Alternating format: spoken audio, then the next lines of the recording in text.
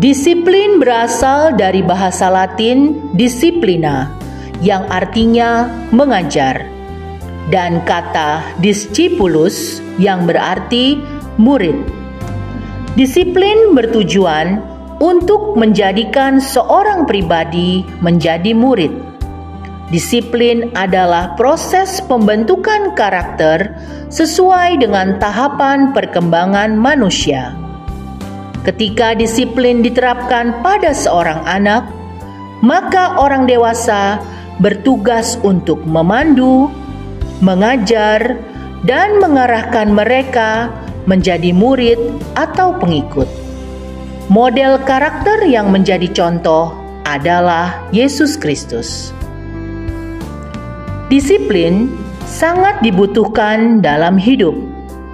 Melalui kedisiplinan, suatu bangsa akan maju, termasuk pendidikannya. Pada momen kali ini, Sekolah Kristen Ketapang mengajak kita untuk melihat lebih jauh mengenai kedisiplinan.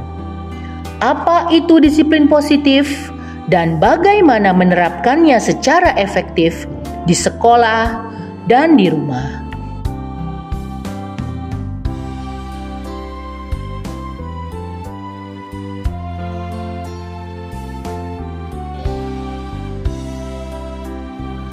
Disiplin terjadi sebagai hasil dari suatu relasi, dimulai dari relasi orang tua dengan anak, guru dan murid, murid dengan teman, hingga ke masyarakat yang lebih luas. Dalam pendisiplinan, diperlukan kepercayaan dan relasi serta respon dari anak.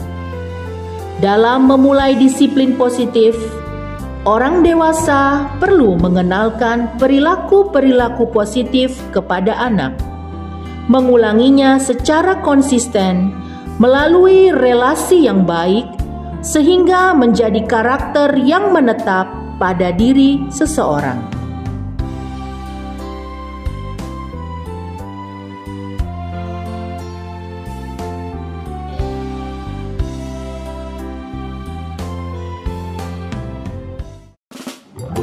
Sejak balita, anak-anak perlu diperkenalkan mengenai hidup disiplin melalui berbagai pola pembiasaan saat bermain, berbagi dengan teman, menaruh barang atau benda pada tempatnya, hingga perilaku hidup bersih sehari-hari di rumah maupun di sekolah. Di usia belia ini, anak-anak akan mulai mengalami pembentukan pola hidup rapi, bersih, sopan santun sebagai bagian dari pembentukan karakter disiplinnya.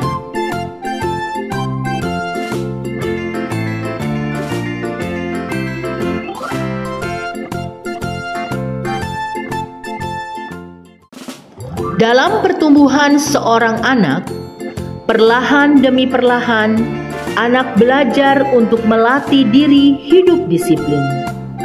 Namun sebelumnya, mereka perlu mengetahui apa artinya disiplin dan bagaimana mereka menanggapi penerapan disiplin di Sekolah Kristen Ketapang selama ini. Disiplin itu adalah segala sesuatu yang wajib kita laksanakan seperti kewajiban tanpa menunda-nunda pekerjaan satupun. Jika kita menunda-nunda pekerjaan, maka pekerjaan kita akan menumpuk sehingga pekerjaan kita akan menjadi bertumpuk-tumpuk lebih banyak dan tidak ada waktu luang untuk beristirahat. Makanya ada disiplin. Artinya disiplin adalah tentang sesuatu tanggung jawab yang kita harus lakukan tanpa nunda-nunda. Menurut aku disiplin itu kita melakukan halnya sendiri tanpa membantu orang lain, seperti yang bisa kita lakukan di rumah, mengerjakan PR tanpa menunda-nunda waktu. Kalau menurut Menurut aku disiplin itu adalah hal yang harus kita lakukan seperti kewajiban dengan tulus dan baik. Dan contoh disiplin adalah kita mendengarkan guru saat menjelaskan pelajaran. Peraturan di SKK selama ini cukup bagus, tetapi bagi yang membuat kesalahan di sekolah ini tidak dikasih efek jerah seperti hukuman supaya mereka tidak mengulangi lagi. Menurut saya peraturan di SKK selama ini sudah bagus, namun menurut saya mungkin untuk hukumannya dapat dipertegas bagi yang membuat kesalahan. Menurut saya peraturan di SKK ini sudah sangat bagus ya, sama gurunya sudah baik-baik semua. Saat seorang anak mulai beranjak remaja, di tengah-tengah pencarian jati dirinya, banyak tantangan yang dihadapi untuk hidup taat pada aturan yang berlaku atau hidup disiplin. Godaan silih berganti menghampiri, dari keinginan-keinginan untuk mengekspresikan diri sebagai remaja yang sedang bertumbuh. Lalu, apa saja tantangan yang mereka hadapi dan apa saja usaha yang mereka lakukan untuk dapat hidup disiplin? Ini kata mereka.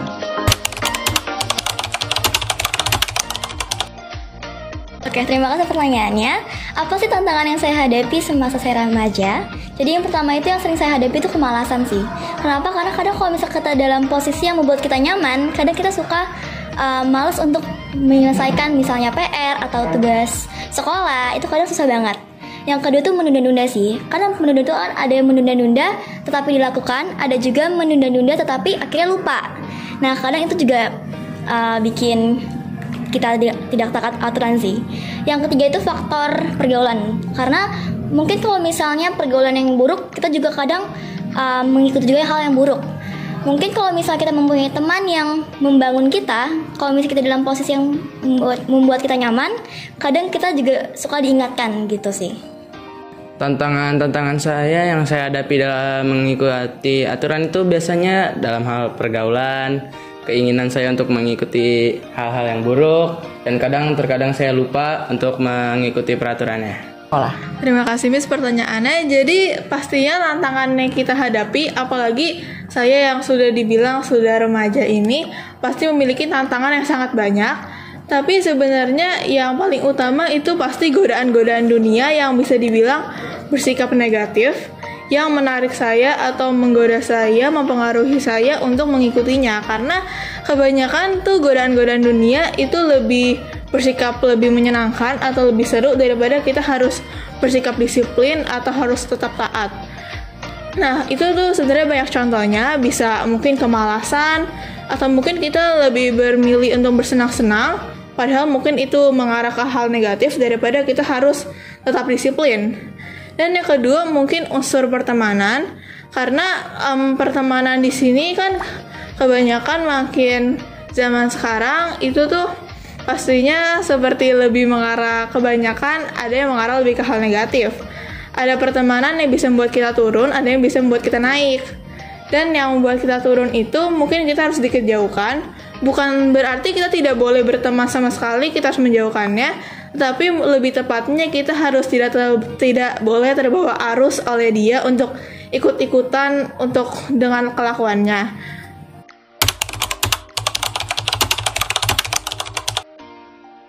Oke, usaha yang membuat saya bisa disiplin di sekolah itu yang pertama itu tentunya saya berdoa kepada Tuhan untuk meminta untuk saya tuh nggak malas-malasan lagi gitu.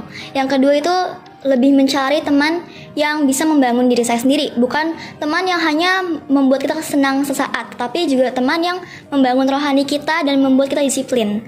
Yang ketiga itu menjauhi faktor pergaulan yang toksik istilahnya, yang membuat kita tuh jadi males, karena itu kan benar-benar kayak terpengaruh sekali sih. Usaha saya adalah menaati peraturan dari sekolah itu menjauhi hal-hal buruk atau hal negatif yang diberikan oleh teman-teman saya dan mulai menjalani positif dari hidup saya. Usaha yang dapat saya lakukan pastinya yang terutama itu berdoa kepada Tuhan, meminta pertolongan. Tetapi tidak hanya meminta pertolongan dan kita tinggal diam saja, pastinya kita harus punya usaha. Ya usahanya mungkin salah satunya yang paling gampang itu kita dengan pertemanan yang positif yang bisa meningkatkan kita. Jadi kita memilih teman yang mungkin emang bersikap positif yang bisa meningkatkan kita lebih disiplin kah atau bagaimana. Dan kita juga bisa yang bersikap positif yang mengingati teman. Misalnya seperti saya mengingati teman saya untuk berpakaian lengkap. Itu karena kan seperti walaupun tidak berpakaian lengkap itu kan halnya yang sangat sepele, tetapi itu termasuk tidak disiplin. Tetapi jika saya mengingatkan dia memakai pakaian lengkap, tetapi saya juga tidak memakai lengkap, itu seperti saya cuma omong kosong dan saya juga bisa malu sendiri. Jadi saya pikir itu kita bisa dari pertemanan, kita yang diingati, dan teman yang membawa kita naik, atau kita yang mengingati teman, karena kita nggak mungkin mengingati teman dan kita malah yang jelek gitu. Jadi kita mungkin bisa memakai dua cara itu. Yang penting kita juga berteman dengan teman-teman yang memang meningkatkan kita. Bukan berarti kita tidak boleh berteman dengan teman-teman yang bisa dibilang nakal atau bagaimana, tetapi lebih tepatnya kita tidak boleh terbawa arus mereka.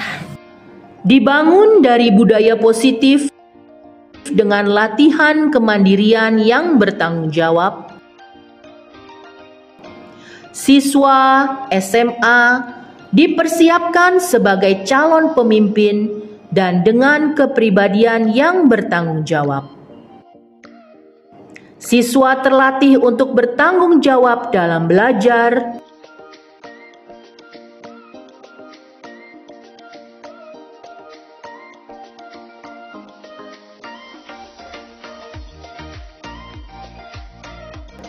mengerjakan tugas tepat waktu,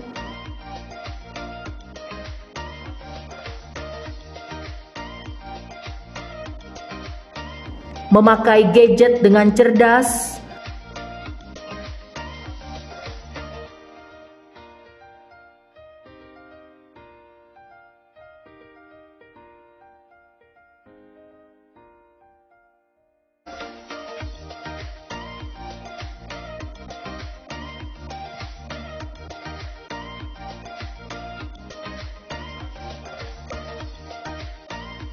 hadir tepat waktu, dan taat pada semua aturan yang ada. Setiap kelas dibimbing dan dimotivasi untuk membuat dan menyepakati aturan kelasnya masing-masing sebagai cara hidup demokratis.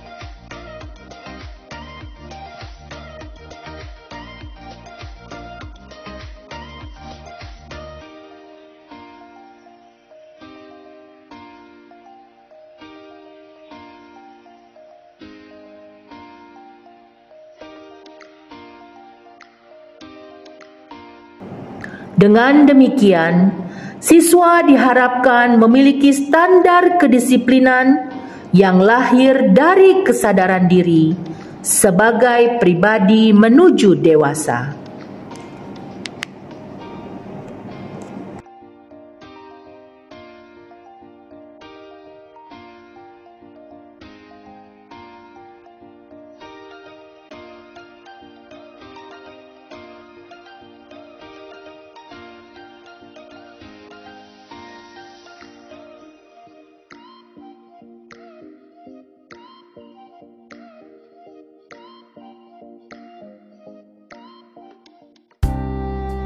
Setiap kita murid Tuhan mengalami pembentukan karakter oleh Tuhan melalui relasi dengan orang-orang di sekitar kita untuk membentuk setiap pribadi kita.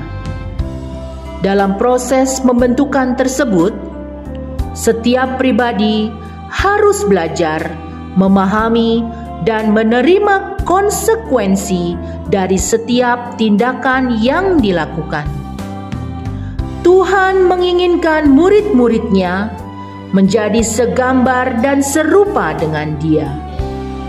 Proses pembentukan karakter Kristus ini dapat terjadi melalui disiplin positif yang berlangsung seumur hidup kita. Allah menjadikan kita semakin hari semakin indah di hadapan Tuhan. Budi bahasa kita dihaluskan oleh Roh Tuhan untuk memancarkan keindahan dan kemuliaan-Nya. Melalui ketaatan dan disiplin hidup yang sesuai standar Allah, kita anak-anak Tuhan akan menjadi berkat bagi dunia hari ini sampai selama-lamanya.